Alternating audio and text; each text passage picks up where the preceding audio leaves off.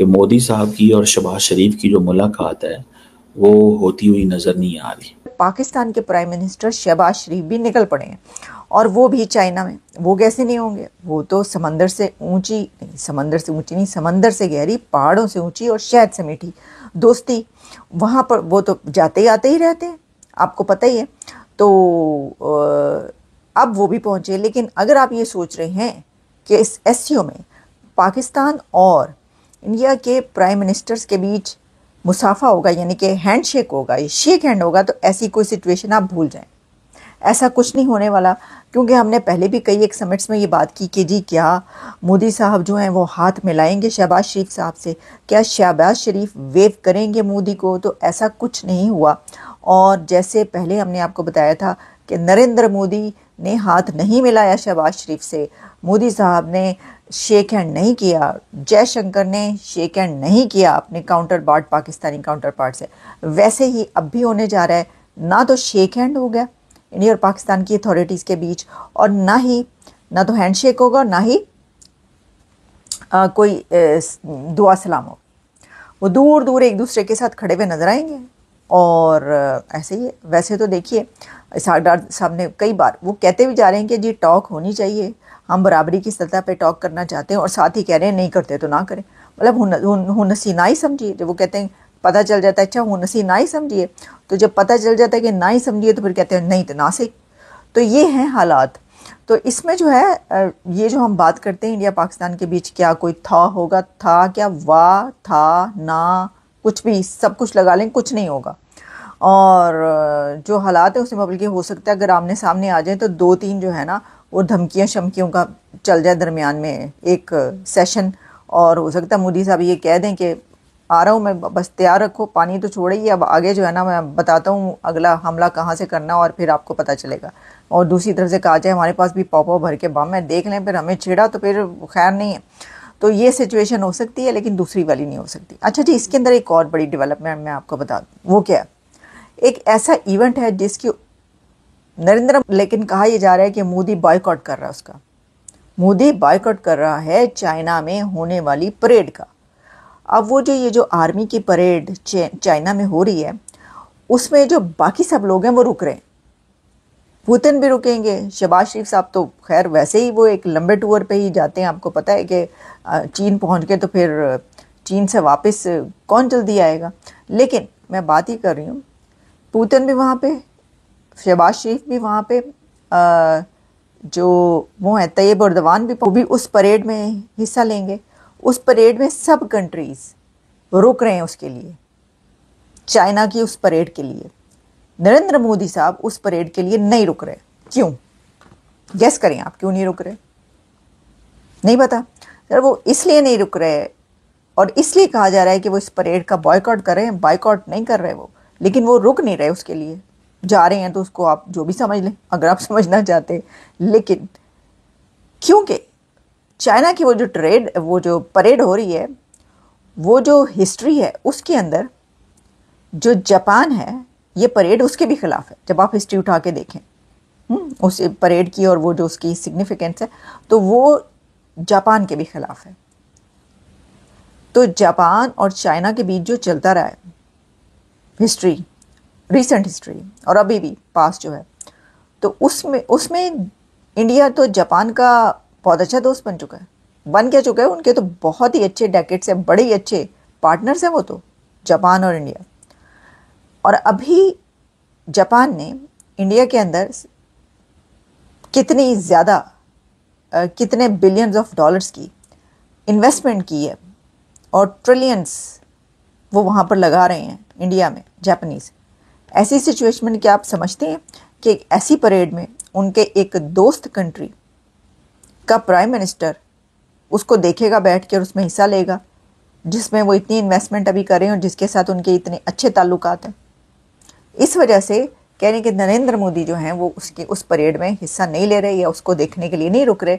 वैसे भी उनके पास इतना फालतू टाइम नहीं होना, लेकिन वो जो बाकी लोग हैं वो रुकेंगे लेकिन वो नहीं रुक रहे। उनके ना रुकने की जो है ये वजह कही जा रही है कि जी जापानीज़ जो हैं वो तो नाराज़ हो जाएंगे, वो मतलब वो कहेंगे कि हमारे जो हैं वो आप उनके साथ मिलके उसी को देख रहे हैं जो कि तारीख जो है वो हमें वो हम ये कहते हैं कि हम फाशिस्ट हैं, हमने कब्ज़ा किया, हमने ये किया, हमने वो किया, और आप वो बैठे देखेंगे वगैरह वगैरह। तो ऑब्वियसली वो उनकी सेंसिबिलिटी उनके पास है, वो उसमें नहीं होंगे उस परेड के अंदर। तो जो शहबाज शरीफ साहब हैं वो जम के बैठ के देखेंगे, ठीक है, क्योंकि जापान और पाकिस्तान की कहाँ इतनी बड़ी ट्रेड या वो इन्वेस्टमेंट कितों ला रहे हैं, वो कहेंगे जी इन्वेस्टमेंट लगाएं तो फिर हम सोचेंगे कि उसका हम कुछ खबर। जैसे फॉर एग्जांपल पाकिस्तान के फॉरेन मिनिस्टर ने कहा है कि हम इंडिया के साथ ताल्लुकात चाहते हैं और हम हर टॉपिक पे बात करना चाहते हैं, हर इशू पे बात करना चाहते हैं, लेकिन इंडियंस कहते हैं हम सिर्फ टेररिज्म पे बात करना चाहते हैं। समझ रहे हैं बात? वो कहते हैं हम सिर्फ टेररिज्म पे बात करना चाहते हैं, हम और किसी टॉपिक पे बात नहीं करना चाहते।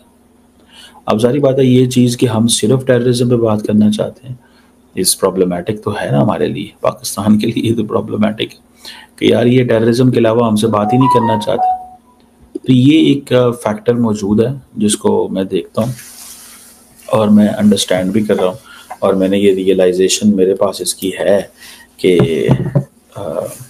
वन वे और दी अदर एक कोई रास्ता नहीं बन पा रहा। पहले माजी में होता था रास्ते बनते थे, अब अगर अच्छा एक और बात बताऊं, शहबाज शरीफ ने अगर नरेंद्र मोदी के साथ चीज़ें नॉर्मलाइज कर ली तो मेरा नहीं ख्याल इस वक्त पाकिस्तान के अंदर कोई ग्रुप या ग्रोह है जो चाहेगा कि क्यों नॉर्मलाइज की है। इंडिया के अंदर बहुत मुश्किल नज़र आ रहा है, इंडिया के अंदर बहुत मुश्किल नज़र आ रहा है, ठीक है।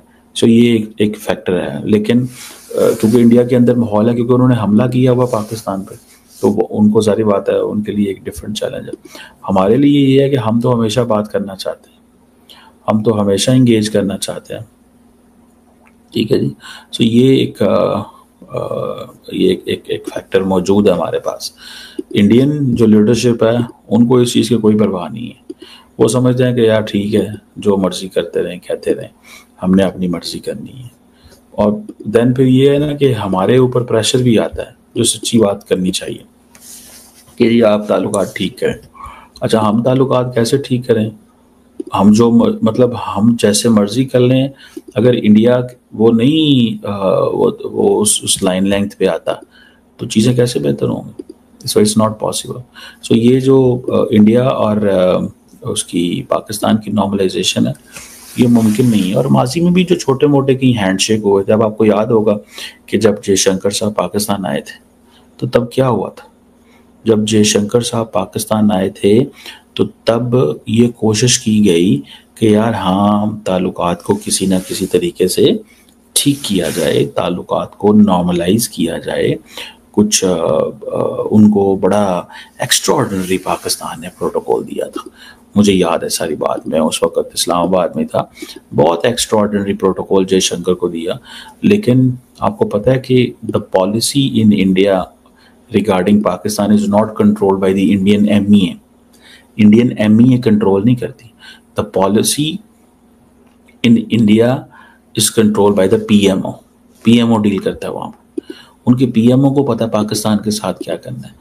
3 बंदे हैं, ये मुझे बड़े टॉप लेवल पे एक दफ़ा एक बंदे ने बताया था, the one who has been in talks with India, ठीक है, सीनियर पाकिस्तानी एक थे। उन्होंने कहा था कि अमित शाह, दोवल एंड मोदी, 3 बंदे। पाकिस्तान के पत्रकार कमर चीमा फिर से रोते धोते नजर आ रहे हैं। वजह क्या है? वजह यह है कि हाल ही में एक इंटरनेशनल इवेंट में जब पाकिस्तान के प्रधानमंत्री शहबाज शरीफ और भारत के प्रधानमंत्री नरेंद्र मोदी आमने सामने आए तो मोदी जी ने उनसे हाथ मिलाने से साफ इनकार कर दिया। अब ये बात सुनकर पाकिस्तान की मीडिया और खासकर कमर चीमा जैसे लोग बौखला गए हैं। वो कह रहे हैं देखो जी, मोदी ने हमारे वजीर आजम की तौहीन कर दी, ये भारत हमारे साथ रिश्ते नहीं रखना चाहता, ये तो हमारी इज्जत गिरा रहा है। लेकिन सच्चाई क्या है? सच्चाई यह है कि भारत की विदेश नीति आज ऐसी स्थिति में है कि मोदी जी को किसी से हाथ मिलाने या न मिलाने से फर्क नहीं पड़ता। असल में पूरी दुनिया आज भारत को एक बड़ी शक्ति के तौर पर देख रही है। अमेरिका, जापान, यूरोप सब इंडिया की तरफ दोस्ती का हाथ बढ़ा रहे हैं। वही पाकिस्तान IMF के कर्ज की किश्तों के लिए हाथ फैलाता फिर रहा है। सोचिए जरा, शहबाज शरीफ जिनके मुल्क की हालत यह है कि आटा, बिजली, पेट्रोल तक के लिए जनता त्राही त्राही कर रही है, अगर ऐसे लीडर से मोदी हाथ न मिलाए तो इसमें इतना रोने की क्या बात है। ये तो पाकिस्तान की सरकार और मीडिया को सोचना चाहिए कि आखिर ऐसी हालत क्यों बनी कि भारत उनसे दूरी बनाए हुए है। कमर चीमा का रोना असल में पाकिस्तान की हकीकत दिखाता है। जब भी इंडिया मजबूती से खड़ा होता है, पाकिस्तान की मीडिया बौखला जाती है। मोदी जी का एक हाथ न मिलाना पाकिस्तान के लिए इतना बड़ा मुद्दा है क्योंकि उनके पास अब कोई और नैरेटिव ही नहीं बचा। तो दोस्तों, असली सवाल ये नहीं कि मोदी जी ने हाथ क्यों नहीं मिलाया, असली सवाल यह है कि पाकिस्तान अपनी इज्जत बचाने के लिए क्या कर रहा है। क्योंकि जब तक पाकिस्तान आतंकवाद की पनाहगाह बना रहेगा और कर्ज की कटोरी लिए घूमता रहेगा, कब तक मोदी जी तो क्या, कोई भी गंभीर नेता उनसे दूरी ही बनाएगा।